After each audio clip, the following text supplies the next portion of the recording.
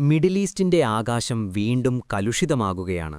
ലോകമൊരു വലിയ നയതന്ത്ര വിജയത്തിനായി കാത്തിരിക്കെ ഇറാനുമായുള്ള ആണവ ചർച്ചകൾ അനിശ്ചിതത്വത്തിന്റെ നൂൽപ്പാലത്തിലൂടെയാണ് കടന്നുപോകുന്നത്.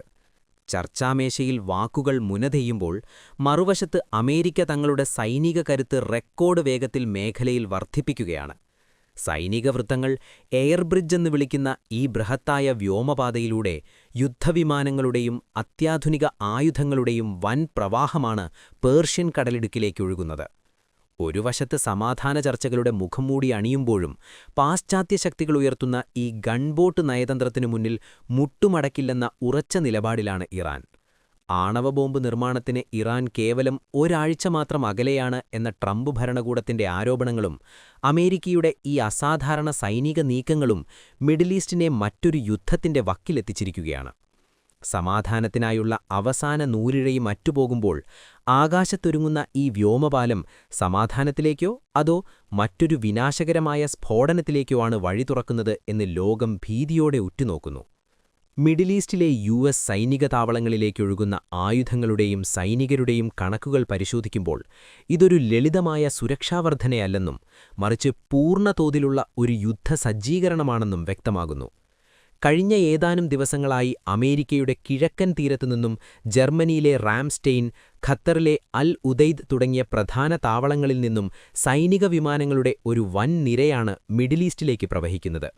ഫ്ലൈറ്റ് ട്രാക്കിംഗ് ഡാറ്റകൾ വിശകലനം ചെയ്യുമ്പോൾ ഭയാനകമായ ചില വസ്തുതകൾ പുറത്തുവരുന്നു. പടുകൂറ്റൻ ചരക്കുവിമാനങ്ങളായ C-17 globe master, C-5 Galaxy എന്നിവ മിനിറ്റുകളുടെ ഇടവേളയിൽ മേഖലയിലെ താവളങ്ങളിൽ ഇറങ്ങിക്കൊണ്ടിരിക്കുന്നു. ഇവയിലൂടെ അത്യാധുനിക മിസൈൽ പ്രതിരോധ സംവിധാനമായ THAAD terminal high altitude area defence, patriot മിസൈലുകൾ, കവചിത വാഹനങ്ങൾ എന്നിവയാണ് വിന്യസിക്കപ്പെടുന്നത്.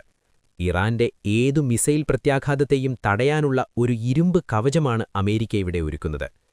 ഈ സൈനിക നീക്കത്തിലെ ഏറ്റവും നിർണായകമായ ഘടകം KC-135 സ്ട്രാറ്റോ ടാങ്കറുകളുടെയും KC-46 പെഗാസസ് വിമാനങ്ങളുടെയും അസാധാരണമായ സാന്നിധ്യമാണ്.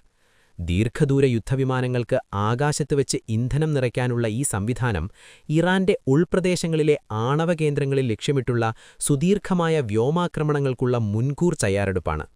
ഔദ്യോഗിക കണക്കുകൾക്ക് പുറമെ ആയിരക്കണക്കിന് സ്പെഷ്യൽ ഓപ്പറേഷൻസ് ഫോഴ്സുകളെയും ലോജിസ്റ്റിക്കൽ സപ്പോർട്ട് സ്റ്റാഫിനെയും അതീവ രഹസ്യമായി വിവിധ ബേസുകളിലേക്ക് മാറ്റിയിട്ടുണ്ട്. ഇതിനു പുറമെ സൈപ്രസ് പോലുള്ള മെഡിറ്ററേനിയൻ ദ്വീപുകളിലും അമേരിക്കൻ സൈനിക സാന്നിധ്യം വർദ്ധിച്ചിരിക്കുന്നത് ഇറാനുമേൽ പല ദിശകളിൽ നിന്നുള്ള സമ്മർദ്ദം ഉറപ്പാക്കുന്നു. അമേരിക്ക പണിയുന്ന ഈ വ്യോമപാലം യഥാർത്ഥത്തിൽ നയതന്ത്ര ചർച്ചകൾ പരാജയപ്പെട്ടാൽ സെക്കൻഡുകൾക്കുള്ളിൽ യുദ്ധത്തിലേക്ക് മാറാനുള്ള ഒരു സ്വിച്ചായി പ്രവർത്തിക്കും. ഇറാന്റെ ഓരോ നീക്കത്തെയും നിരീക്ഷിക്കാൻ അത്യാധുനിക നിരീക്ഷണ ഡ്രോണുകളും മേഖലയിൽ സജീവമാണ്. ട്രംപ് ഭരണകൂടം നൽകുന്ന സന്ദേശം വ്യക്തമാണ്. ചർച്ചകൾ ഫലിച്ചില്ലെങ്കിൽ മിഡിൽ ഈസ്റ്റ് മറ്റൊരു മഹാവിസ്ഫോടനത്തിന് സാക്ഷ്യം വഹിക്കേണ്ടിവരും. ട്രംപ് ഭരണകൂടത്തിന്റെ കടുത്ത നിലപാടുകളും അതിനെ പ്രതിരോധിക്കാനുള്ള ഇറാന്റെ നിശ്ചയദാർഢ്യവും മിഡിൽ ഈസ്റ്റിനെ ഒരു യുദ്ധമുനമ്പിലേക്ക് തള്ളിയിട്ടിരിക്കുകയാണ്. അമേരിക്കൻ പ്രസിഡന്റ് ഡൊണാൾഡ് ട്രംപിന്റെ വിശ്വസ്തനും മിഡിൽ ഈസ്റ്റ് പ്രത്യേക പ്രതിനിധിയുമായ സ്റ്റീവ് വിറ്റ്കോഫിന്റെ വാക്കുകൾ ഒരു മുന്നറിയിപ്പല്ല, മറിച്ച് അന്ത്യശാസനമായാണ് ലോകം കാണുന്നത്. ഇറാൻ ആണവ ബോംബിന് ഒരു വാരത്തിന്റെ ദൂരം മാത്രം അകലെയാണ് എന്ന പ്രസ്താവനയിലൂടെ ചർച്ചകൾക്ക് പകരം സൈനിക നടപടിക്ക് അമേരിക്ക മാനസികമായി തയ്യാറെടുത്തു കഴിഞ്ഞു എന്ന സൂചനയാണ് അദ്ദേഹം നൽകുന്നത്. സിവിലിയൻ ആവശ്യങ്ങൾക്ക് 5% സംഭരണിക്കും മതിയാകുമ്പോൾ ഇറാൻ 60% വരെ എത്തിയത് അമേരിക്കയെ പ്രകോപിപ്പിക്കുന്നു. അമേരിക്കയുടെ വ്യോമാക്രമണങ്ങളെ ചെറുക്കാൻ ഇറാൻ സജ്ജമാക്കിയിരിക്കുന്നത് അത്യാധുനികമായ ഭൂഗർഭ സൈനിക താവളങ്ങളാണ്. മലനിലകൾക്കുള്ളിൽ 100 കണക്കിനടി താഴ്ചയിൽ നിർമ്മിച്ചിട്ടുള്ള ഈഗിൾ 44 പോലുള്ള താവളങ്ങളിൽ നിന്ന് ഏതു നിമിഷവും യുദ്ധവിമാനങ്ങൾക്കും മിസൈലുകൾക്കും പറന്നുയരാനാകും. അമേരിക്കയുടെ ബങ്കർ ബസ്റ്റർ ബോംബുകൾക്ക് പോലും തകർക്കാൻ കഴിയാത്ത ഈ താവളങ്ങളാണ് ഇറാന്റെ യഥാർത്ഥ കരുത്ത്. ഹോർമുസ് കടലിടുക്കിലെ ഇറാന്റെ സാന്നിധ്യം അമേരിക്കൻ നാവികസേനയ്ക്ക് വലിയ വെല്ലുവിളിയാണ്. തദ്ദേശീയമായി നിർമ്മിച്ച ഫതാഹ് പോലുള്ള ഹൈപ്പർസോണിക് മിസൈലുകൾ ശബ്ദത്തേക്കാൾ 15 മടങ്ങ് വേഗത്തിൽ സഞ്ചരിക്കാൻ ശേഷിയുള്ളവയാണ്. ഇവയെ തടയാൻ നിലവിലുള്ള ഒരു അമേരിക്കൻ മിസൈൽ പ്രതിരോധ സംവിധാനത്തിനും കഴിയില്ല. കൂടാതെ ചടുതമായി നീങ്ങുന്ന ആയിരക്കണക്കിന് ചെറുകപ്പലുകളും ആത്മഹത്യാ ഡ്രോണുകളും ഉപയോഗിച്ച് അമേരിക്കൻ വിമാനകാവളികളെ വലയാൻ ഇറാൻ പദ്ധതിയിടുന്നു. ഇറാൻ ഒറ്റയ്ക്കല്ല ഈ പോരാട്ടത്തിൽ.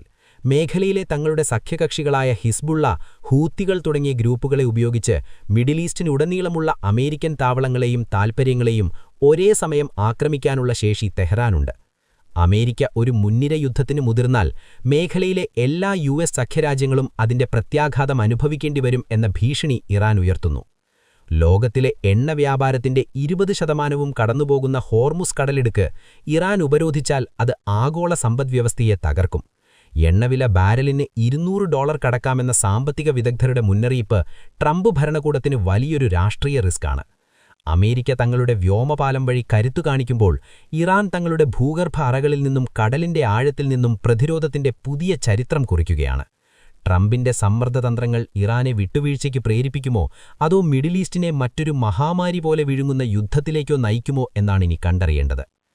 മിഡിൽ ഈസ്റ്റിൽ നിലനിൽക്കുന്ന ഈ സങ്കീർണമായ നയതന്ത്ര സൈനിക സാഹചര്യം ഒരു പട്ടികയിൽ ഒതുങ്ങുന്നതിനേക്കാൾ ഭീകരമാണ്. അമേരിക്കയും ഇറാനും തമ്മിലുള്ള ഈ ബലപരീക്ഷണം 3 പ്രധാന തലങ്ങളിലായി ആഗോള സമാധാനത്തെ തന്നെ പിടിച്ചുലയ്ക്കുകയാണ്. ഒന്നാമതായി, നയതന്ത്ര ചർച്ചകളുടെ കാര്യത്തിൽ ട്രംപ് ഭരണകൂടം മാക്സിമം പ്രഷർ എന്ന നയത്തിലൂടെ ഇറാനെ പൂർണ്ണമായും കീഴടക്കാനാണ് ശ്രമിക്കുന്നത്. എന്നാൽ സ്വന്തം പരമാധികാരത്തിന്റെ കാര്യത്തിൽ യാതൊരു വിട്ടുവീഴ്ചയ്ക്കും തയ്യാറല്ലെന്ന പരുക്കൻ നിലപാടിലാണ് ഇറാൻ. രണ്ടാമതായി, സൈനിക വിന്യാസത്തിന്റെ കാര്യത്തിൽ അമേരിക്ക അതിവേഗത്തിൽ എയർ ബ്രിഡ്ജ് വഴി ആയുധങ്ങളും പോർവിമാനങ്ങളും വിന്യസിക്കുമ്പോൾ ഏതു തരത്തിലുള്ള അതിക്രമണത്തിനും കനത്ത തിരിച്ചടി നൽകും എന്ന സൈനിക പ്രഖ്യാപനവുമായി ഇറാനും ബദിർത്തികളിൽ ജാഗ്രത പാലിക്കുന്നു. ഏറ്റവും ഭയാനകമായ സംഗതി യുറേനിയം സംഭരണീയമാണ്.